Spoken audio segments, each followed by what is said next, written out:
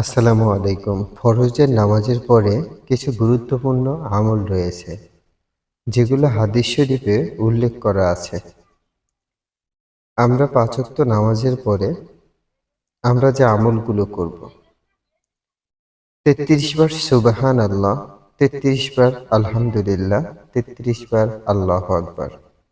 আমরা কিছু সূরা তেলাওয়াত করতে পারি, আয়াতুল কুরসি, এবং আমরা সবচাইতে ভালো হয় যে ১০০ বার আস্তাগফিরুল্লাহ হে রব্বি মিন কুল্লি জামবি ওয়া আতুবু ইলাইহি লা হাওলা ওয়া লা কুওয়াতা ইল্লা বিল্লাহিল আলিয়্যিল আযীম। তো সকাল সন্ধ্যায় যদি আমরা ১০০ বার করে পড়তে পারি, অনেক উপকার হবে। দেখা যায় যে সারাদিনে আমরা অনেক গুনাহ করি, সেই গুনাহগুলো আমাদের মাফ হবে।